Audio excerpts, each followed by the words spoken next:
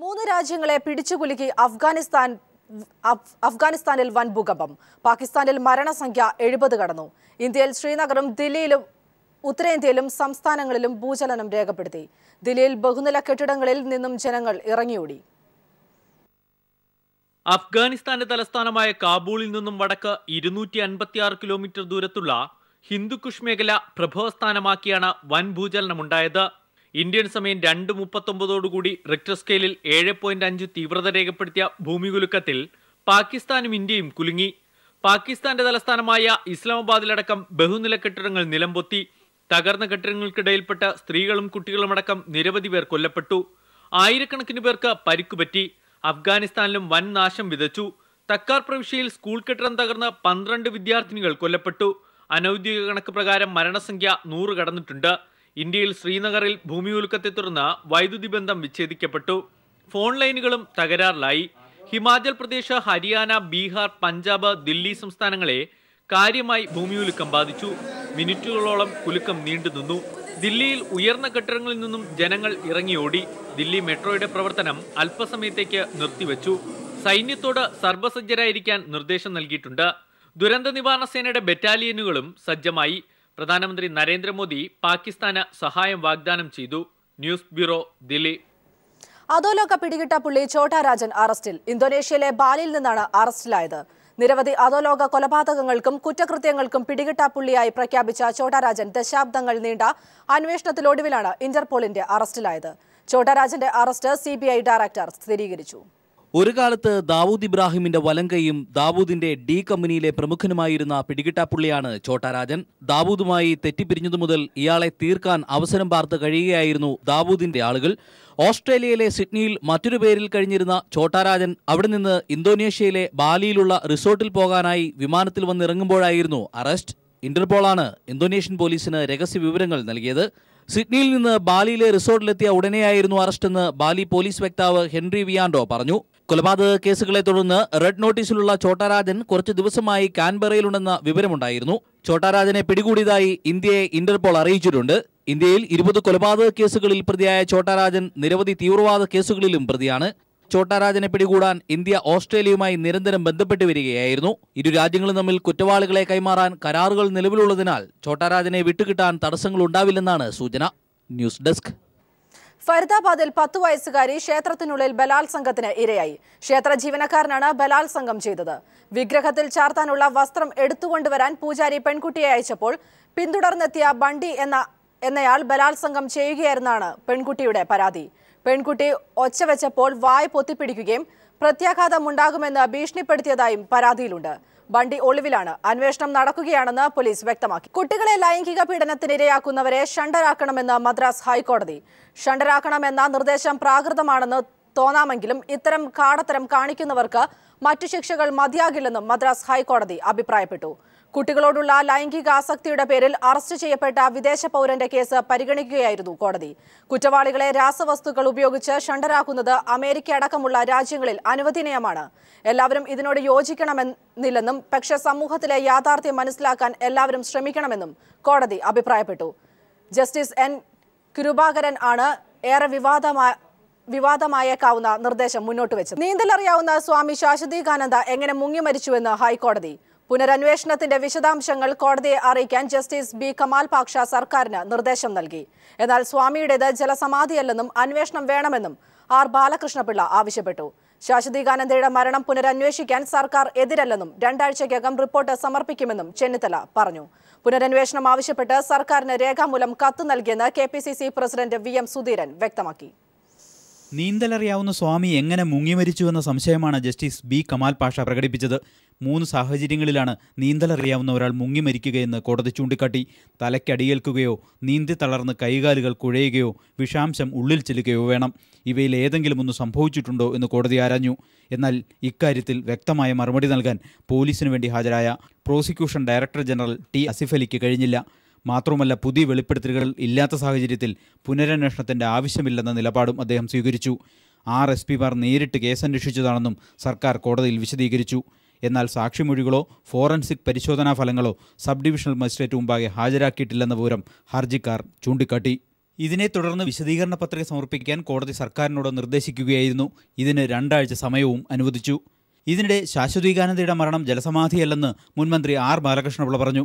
മരണത്തിലെ ദുരൂഹത സംബന്ധിച്ച് സമഗ്ര അന്വേഷണം വേണമെന്നും അദ്ദേഹം ആവശ്യപ്പെട്ടു. അല്ലാതെ അഭിപ്രായം അംഗീകരിക്കുമെന്ന് ഞാൻ പറയുന്നില്ല.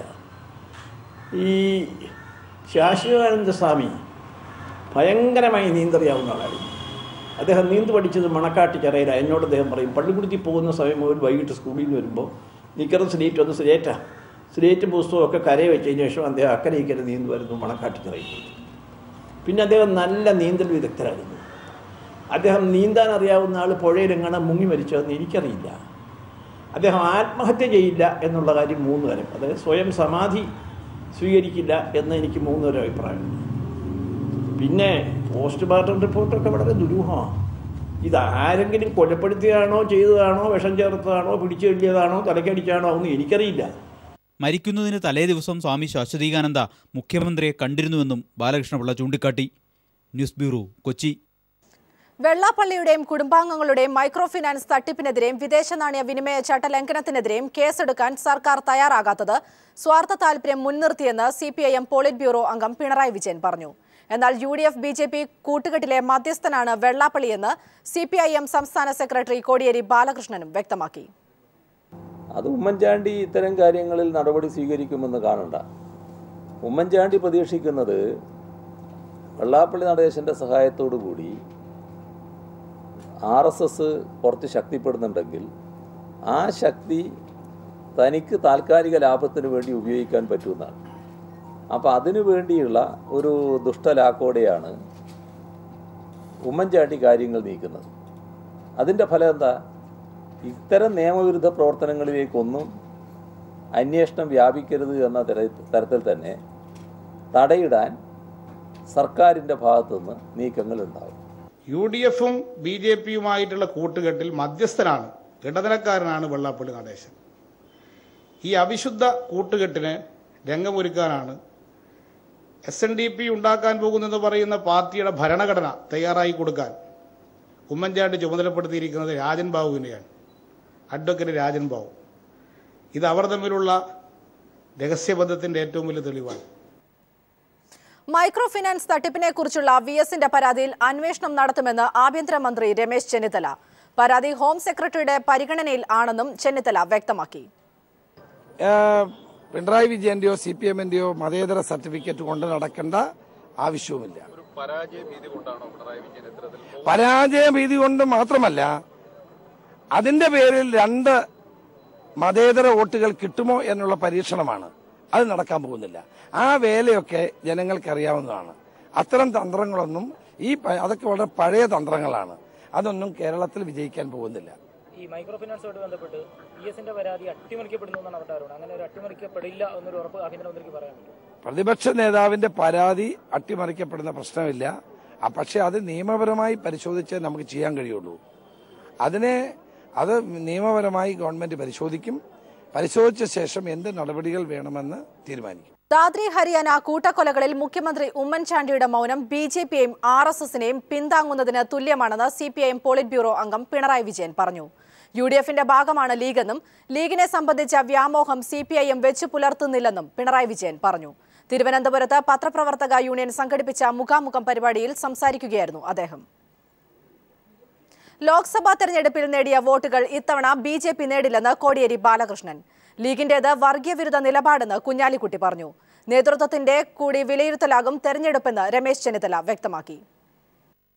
തദ്ദേശ തെരഞ്ഞെടുപ്പ് നേതൃത്വത്തിന്റെ കൂടി വിലയിരുത്തലാകുമെന്ന് ആഭ്യന്തരമന്ത്രി രമേശ് ചെന്നിത്തല പറഞ്ഞു. സംസ്ഥാനത്ത് നടക്കുന്ന തെരഞ്ഞെടുപ്പ് സംസ്ഥാനത്തിരിക്കുന്ന ഭരണകൂടത്തിന്റെ കൂടി വിലയിരുത്തലായി സ്വാഭാവികമായിട്ടും. തെരഞ്ഞെടുപ്പ് കഴിഞ്ഞാലും വിമതർ തന്നെയെന്നായിരുന്നു KPCC പ്രസിഡന്റ് VM സുധീരന്റെ പ്രതികരണം. വിമതരായോ റബലായോ മത്സരിക്കുകയോ ഏതെങ്കിലും തരത്തിൽ പാർട്ടിയുടെ പൊതു താല്പര്യത്തിന് വിരുദ്ധമായി പ്രവർത്തിക്കുകയോ ചെയ്തവരിൽ നടപടി സ്വീകരിച്ചാൽ ആ നടപടി പിന്നെ പിൻവലിക്കുന്ന പ്രശ്നമില്ല എന്ന് തന്നെ പറഞ്ഞിട്ടുണ്ട്. അതേസമയം തെരഞ്ഞെടുപ്പ് പ്രചരണത്തിനായി UDF ഇറക്കിയ പോസ്റ്ററിൽ നിന്ന് കൺവീനർ PP തങ്കച്ചനെ ഒഴിവാക്കിയതിൽ പരാതിയുമായി I ഗ്രൂപ്പ് രംഗത്തെത്തി. എന്നാൽ തന്നെ ഒഴിവാക്കിയതിൽ പ്രതികരിക്കാനില്ലെന്ന് തങ്കച്ചൻ വ്യക്തമാക്കി. പിണറായിയുടെ BJP വിരോധം അവസരവാദപരമെന്ന് മുഖ്യമന്ത്രി ഉമ്മൻചാണ്ടിയും ലീഗിന്റേത് വർഗീയ വിരുദ്ധ നിലപാടെന്ന് കുഞ്ഞാലിക്കുട്ടിയും വ്യക്തമാക്കി. ലോക്സഭാ തെരഞ്ഞെടുപ്പിൽ BJP നേടിയ വോട്ടുകൾ ഇത്തവണ നേടില്ലെന്ന് CPM സംസ്ഥാന സെക്രട്ടറി കോടിയേരി ബാലകൃഷ്ണൻ പറഞ്ഞു. ഞങ്ങളിപ്പോൾ ചിന്തിക്കുന്നത് ഈ പഞ്ചായത്ത് തെരഞ്ഞെടുപ്പിൽ ഈ UDFനെയും BJPയും തറപറ്റിക്കുക, അതിനുശേഷം നമുക്ക് മറ്റതിനെപ്പറ്റി ആലോചിക്കാം. അസംബ്ലി തെരഞ്ഞെടുപ്പ് വരുന്ന സന്ദർഭത്തിൽ ഓരോ അസംബ്ലി സീറ്റിലെ സ്ഥാനാർത്ഥികളെ ഞങ്ങൾ തീരുമാനിക്കും. ആ മത്സരിക്കുന്ന സ്ഥാനാർത്ഥികളുടെ കൂട്ടത്തിൽ നേതൃത്വമാകാൻ പറ്റുന്ന ആളും ആ സ്ഥാനാർത്ഥികളുടെ കൂട്ടത്തിൽ ഉണ്ടാവും. എന്നാൽ മൂന്നാം മുന്നണി എന്നത് ഊതിപ്പെരിപ്പിച്ച ഒന്നാണെന്നും SNDP BJP കൂട്ടുകെട്ട് ഇടതുപക്ഷത്തിന് വെല്ലുവിളിയല്ലെന്നും CPI സംസ്ഥാന സെക്രട്ടറി കാനം രാജേന്ദ്രൻ പറഞ്ഞു. News desk. 15 വർഷങ്ങൾക്ക് ശേഷം പാകിസ്ഥാനിൽ നിന്നും തിരിച്ചെത്തിയ ഇന്ത്യൻ പെൺകുട്ടി ഗീത മാതാപിതാക്കളെ തിരിച്ചറിഞ്ഞില്ല. ഇതേ തുടർന്ന് വീണ്ടും DNA ടെസ്റ്റ് നടത്തുമെന്ന് വിദേശകാര്യ മന്ത്രാലയം വ്യക്തമാക്കി. സൽമാൻ ചിത്രം ബജ്രംഗി ബൈജാനാണ് ഗീതയുടെ തിരിച്ചുവരവിന് വഴിയൊരുക്കിയത്. 11-ാം വയസ്സിൽ പാകിസ്ഥാനിൽ ഒറ്റപ്പെട്ടു പോയ ഇന്ത്യൻ പെൺകുട്ടി ഗീതയെ ദില്ലിയിൽ എത്തിച്ചെങ്കിലും പെൺകുട്ടിക്ക് ബന്ധുക്കളെ തിരിച്ചറിയാൻ സാധിച്ചില്ല.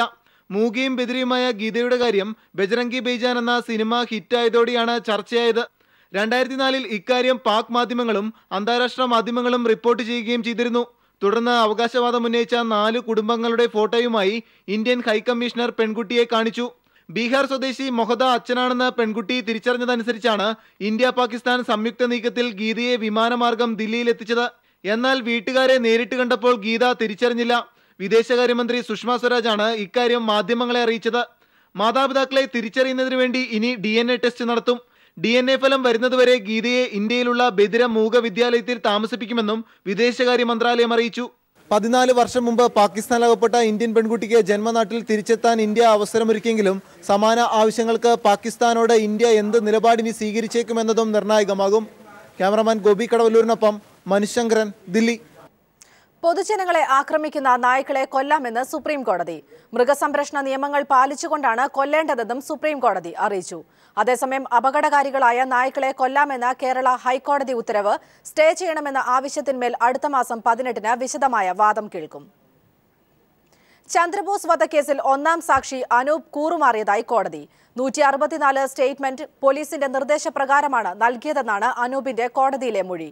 ശോഭ സിറ്റി സെക്യൂരിറ്റി ജീവനക്കാരനാണ് Anoop. People exclusive RMP Congress ബന്ധം സ്ഥിരീകരിച്ച് DCC പ്രസിഡന്റ് KC അബു രംഗത്ത്. ഒഞ്ചിയത്ത് പല വാർഡുകളിലും UDFന് സ്ഥാനാർത്ഥികളില്ലെന്ന് KC അബു. ഇവിടങ്ങളിൽ കോൺഗ്രസ് RMPക്ക് വോട്ട് ചെയ്യുമെന്ന് KC അബു വ്യക്തമാക്കി. കോൺഗ്രസ് ലീഗും സീറ്റ് പങ്കുവച്ചു. ചില സീറ്റുകളിലും ഞങ്ങൾക്ക് സ്ഥാനാർത്ഥിയില്ല എന്നുള്ള യാഥാർത്ഥ്യം തന്നെ. എന്തായാലും ഞങ്ങൾ CPMന് വോട്ട് ചെയ്യില്ല. അത് നിങ്ങൾക്ക് ആലോചിച്ചാൽ അറിയാതെ ഞങ്ങൾ ആർക്കാ വോട്ട് ചെയ്യാൻ. ഞാൻ മറുപടി പറയേണ്ട ആവശ്യമില്ലല്ലോ. ഇന്ത്യൻ നാഷണൽ കോൺഗ്രസ്, പ്രത്യേകിച്ച് കോഴിക്കോട് ജില്ലയിലെ കോൺഗ്രസ്സുകാരെ സംബന്ധിച്ചിടത്തോളം, വ്യക്തിപരമായി പ്രത്യേകിച്ച് എന്നെ സംബന്ധിച്ചിടത്തോളം, റവല്യൂഷണറി മാർക്സിസ്റ്റ് പാർട്ടിയുമായി തൊട്ടാൽ സ്പർശിച്ചാൽ ഞങ്ങളുടെ ശുദ്ധി നഷ്ടപ്പെടും, അതായത് ഒതു മുറിഞ്ഞു പോകും എന്ന വിശ്വാസം ഞങ്ങൾക്കില്ല.